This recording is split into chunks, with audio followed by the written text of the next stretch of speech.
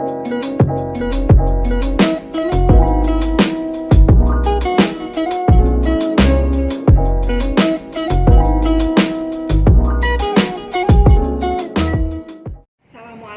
warahmatullahi wabarakatuh.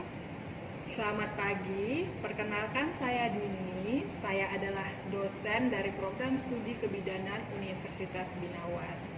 Pada kesempatan kali ini, saya akan menjelaskan terkait dengan mata kuliah yang saya ampu, yaitu mata kuliah Keterampilan Klinik Praktek Kebidanan.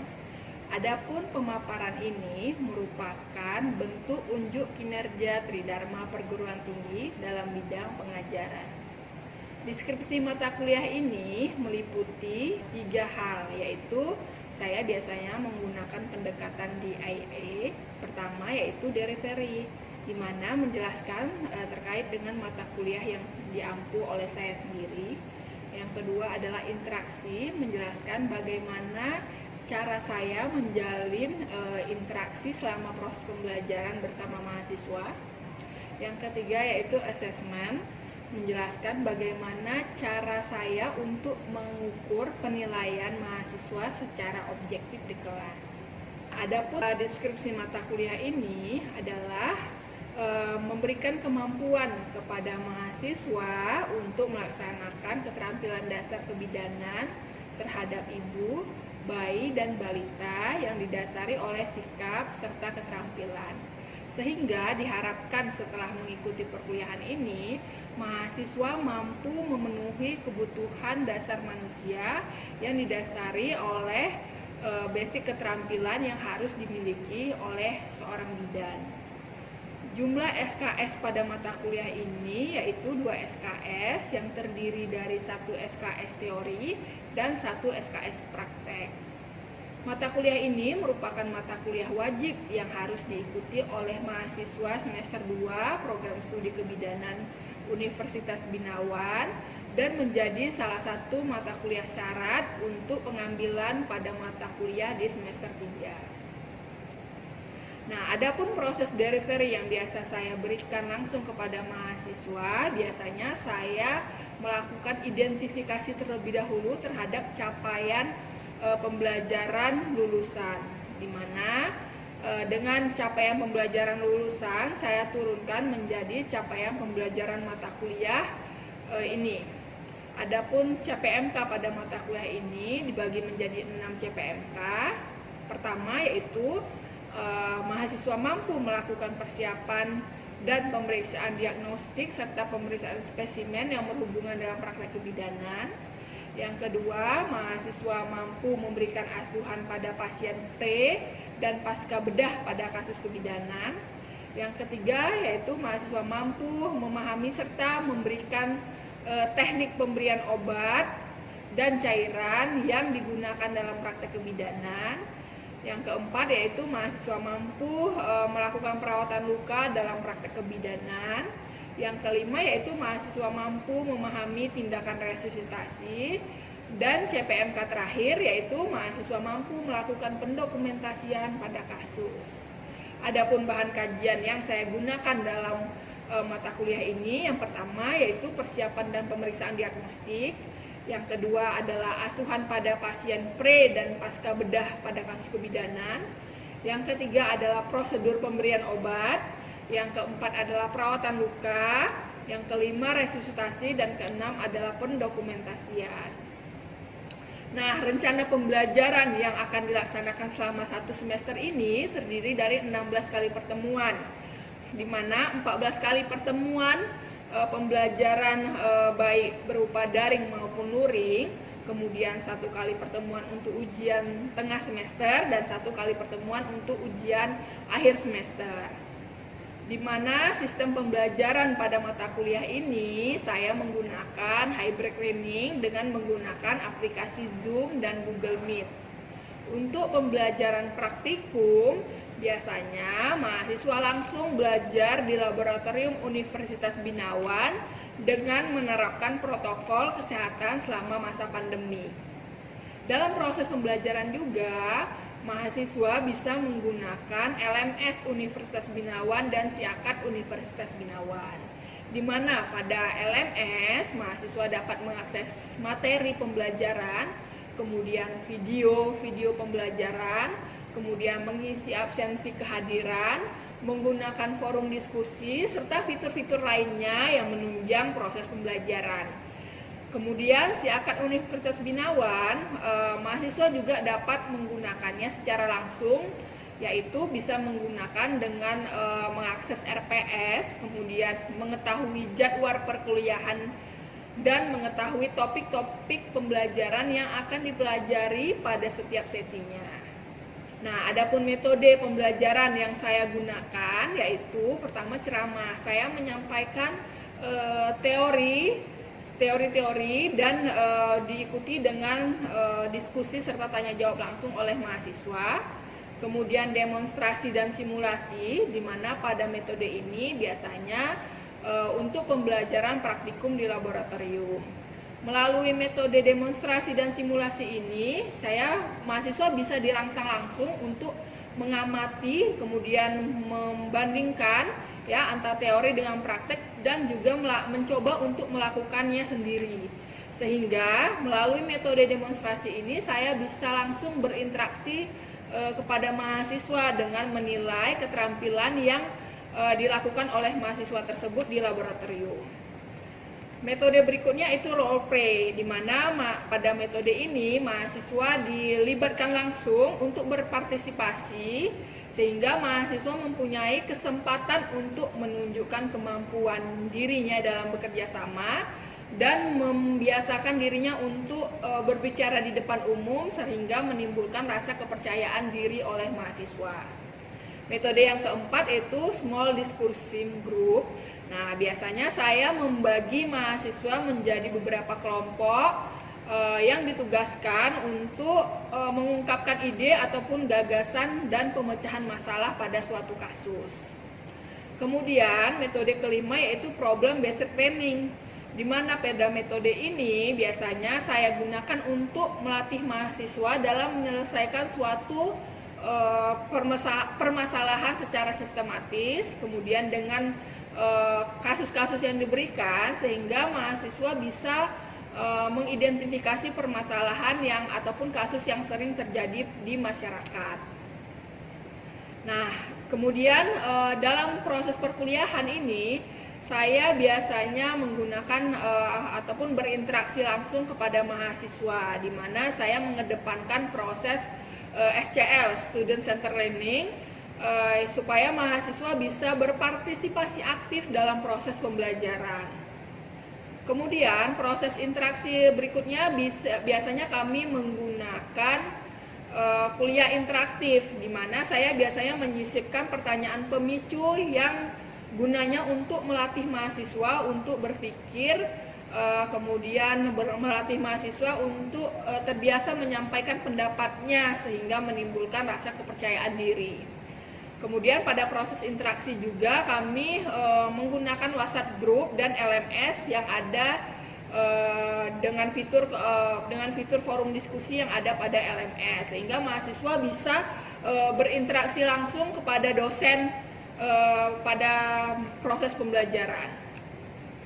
Kemudian proses asesmen ataupun penilaian, biasanya saya menilai mahasiswa melalui beberapa tahapan, di mana bobot-bobot penilaian mahasiswa ini disampaikan ataupun sudah tercantum pada RPS, dan mahasiswa sudah mengetahui penilaian apa saja yang akan dilakukan ataupun yang diberikan selama proses pembelajaran berlangsung, dan ini sudah disampaikan di awal perkuliahan pada kontrak perkuliahan.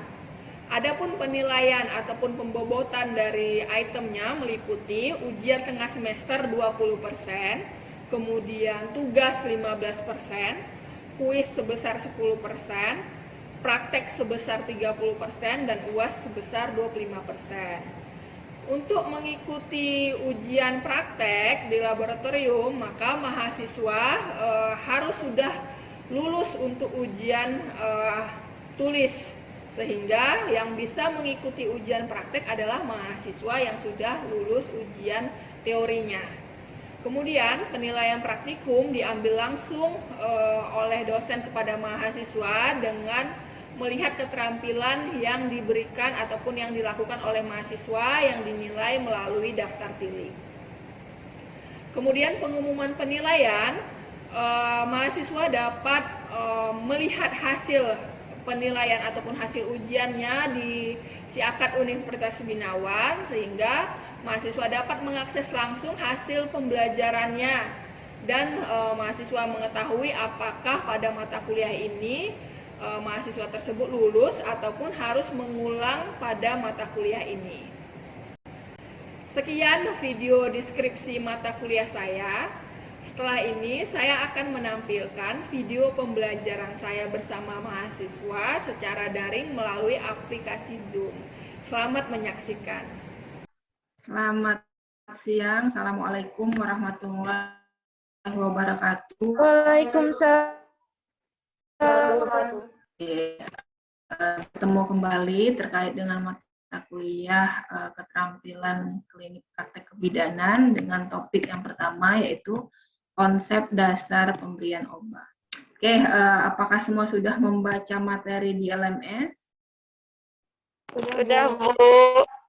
Sudah ya, harusnya materinya sudah terinput di LMS dan semua mahasiswa sudah bisa mengakses materi di LMS. Nah, kita hari ini berkaitan dengan konsep dasar pemberian obat ya. Untuk sebelumnya Ibu mau tanya dulu bagi teman-teman yang sudah membaca LMS, apakah kamu mengetahui sebenarnya konsep pemberian obat itu bagaimana sih? Apa sih definisi dari obat yang biasa kita minum ketika kita sakit? Apa sih obat itu? Definisi obat ya, Bu? Iya. Semua zat baik dari alam atau kimiawi yang dalam takaran atau dosis yang tepat atau layak dapat menyembuhkan, meringankan, atau mencegah penyakit atau gejala-gejalanya. Ya, semua bahan dari alam yang bisa digunakan, yang kita bisa gunakan sehari-hari ya, sehari-hari, kemudian sesuai dengan dosis, ketepatan dosis, kemudian tujuan dari maksud pemberian itu harus sesuai ya. Jadi tunggu dulu, Ibu tadi lupa mengidentifikasi. Kita belajar hari ini terkait dengan mahasiswa mampu mengenali atau menerapkan prinsip pemberian obat, kemudian mampu memahami persiapan pemberian obat serta memahami tujuan pemberian obat dan teknik pemberian obat. Nah, terkait dengan yang pertama, apa sih obat? Obat itu biasanya terdiri dari bahan alami ya, bisa obat itu dari bahan hewani ataupun bahan tumbuhan ataupun kimiawi yang tepat yang dapat menyembuhkan, meringankan serta mencegah penyakit. Tentunya ketika kita meminum obat, mengkonsumsi obat, ada salah kita merasa kurang sehat ataupun kita merasa suatu gejala penyakit sehingga kita membutuhkan suatu obat yang bisa kita konsumsi untuk menyembuhkan rasa sakit yang ada pada diri kita.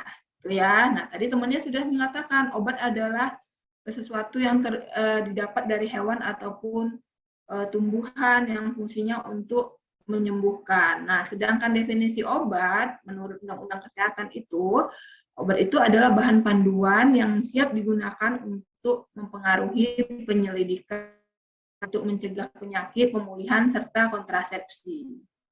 Ya, adapun beberapa tujuan dari kita mengkonsumsi obat, salah satunya untuk menghilangkan rasa nyeri yang dialami. Ya, Ibu mau tanya dulu, siapa yang biasa mengkonsumsi obat secara rutin?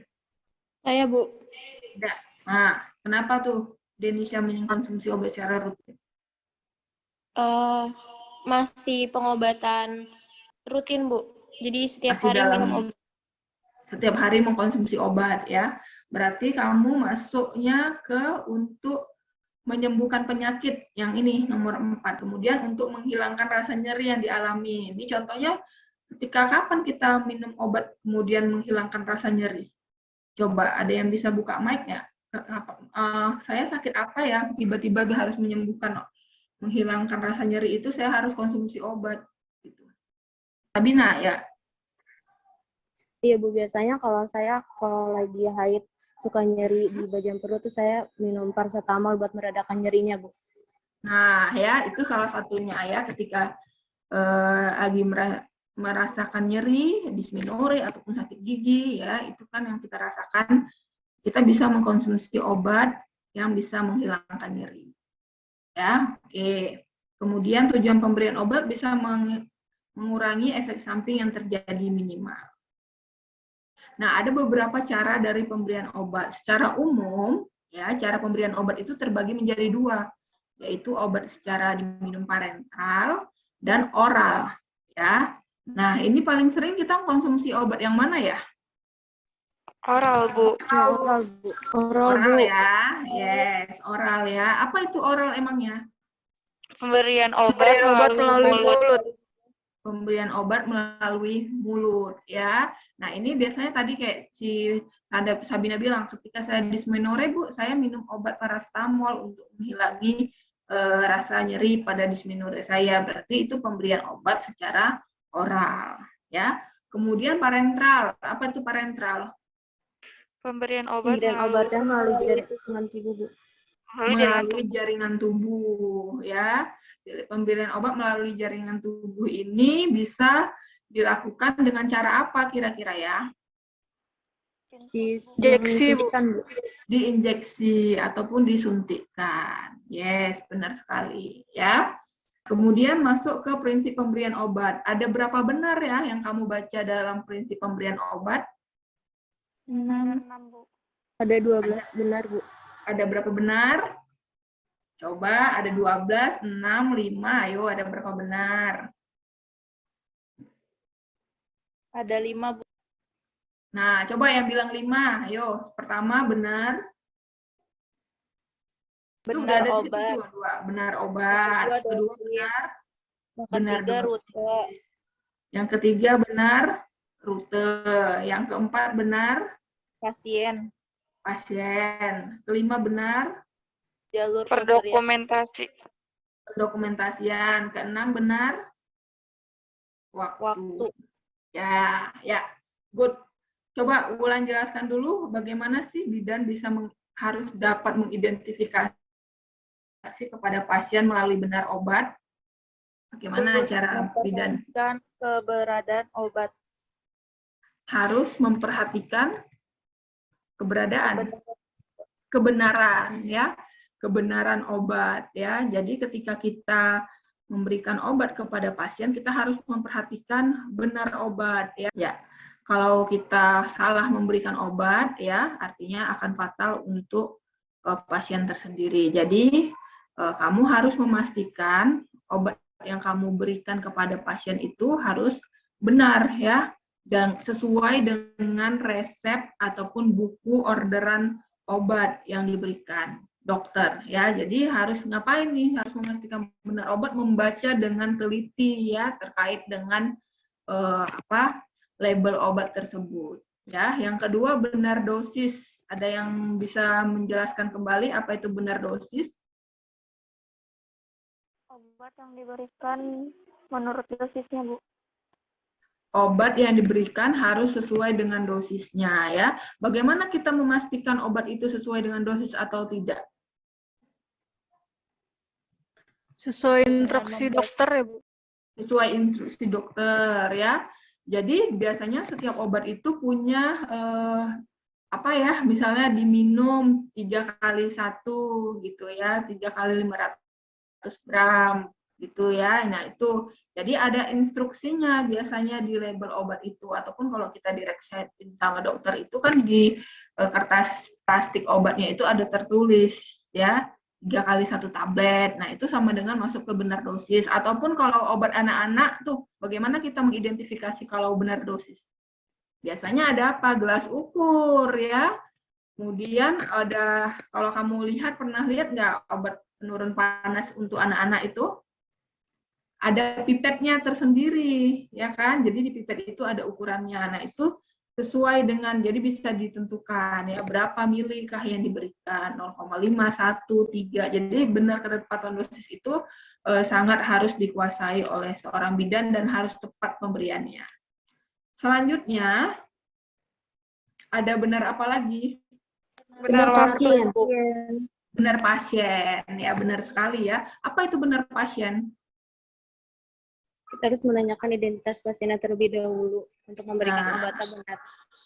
ya, menanyakan identifikasi, mencocokkan, ya, benar nggak ini adalah obatnya Ibu Delia Putri, ya, maka kita cocokkan nama yang ada di daftar obat dengan pasiennya. Kita panggil nama ibunya, ya, Ibu Delia, benar dengan Ibu Delia, gitu, ya. Nah, Ibu, siang ini Ibu mendapatkan obat, misalnya penurun panas, ya, mual muntah. Jadi ini saya berikan ya Bu, silahkan diminum. Gitu, ya, jadi dipanggil ibunya. Kemudian benar cara pemberian rute. Nah, ini maksudnya bagaimana nih? Saya izin menjawab, Bu. Ya, siapa nih? Disti, Bu. Isti, ya. Benar rute atau benar cara pemberian itu via apa kita pemberiannya, misalkan via IM, via IV gitu, Bu. HIV, binarite, itu ya. Ya, mulut kah, gitu ya, benar rute, ya. Jadi, benar rute ini juga biasanya harus diperhatikan oleh sebagai bidan, ya, cara pemberiannya benar atau enggak dengan melihat label pada kemasan. Apakah benar obatnya diberikan, rutenya itu melalui apa, mulut kah, sublingual kah, gitu, ya, atau injeksi, apakah benar injeksinya diberikan secara IM kah, IV kah, ya, itu yang dikatakan Desi tadi sangat tepat. Kemudian yang terakhir, benar apa ini? Apa yang belum? Ayo. Dokumentasi. Benar waktu dan dokumentasi. Ya, benar waktu itu bagaimana? Jadi harus disesuaikan dengan schedule ataupun jadwal pemberian obatnya, ya, waktu yang diprogramkan minum obatnya kapan. Jangan sampai kita punya waktu untuk mengkonsumsi obat itu di pagi hari, baru diminum jam 10 pagi. Nah, itu tidak tepat waktunya, sehingga akan merusak ke jadwal konsumsi obat berikutnya. Nah, untuk kita yang mungkin susah untuk mengkondisikan minum obat, ya, benar waktu ini menjadi tantangan tersendiri ya bagi bidan nanti mengingatkan kepada pasiennya dengan cara apa? Bisa jadi, Bu, Bapak, Ibu, nanti kalau ini setiap jam 7 malam harus diberikan obatnya. Nah, kalau takut lupa, boleh menggunakan alarm sebagai pengingat. Yang terakhir adalah benar Dokumentasi. apa? Dokumentasi. Ya, kenapa sih dokumentasi ini harus dibenarkan, masuk ke dalam prinsip benar? Kenapa, Yolanda? Agar tidak terjadi kesalahan saat diberikan obat, Bu.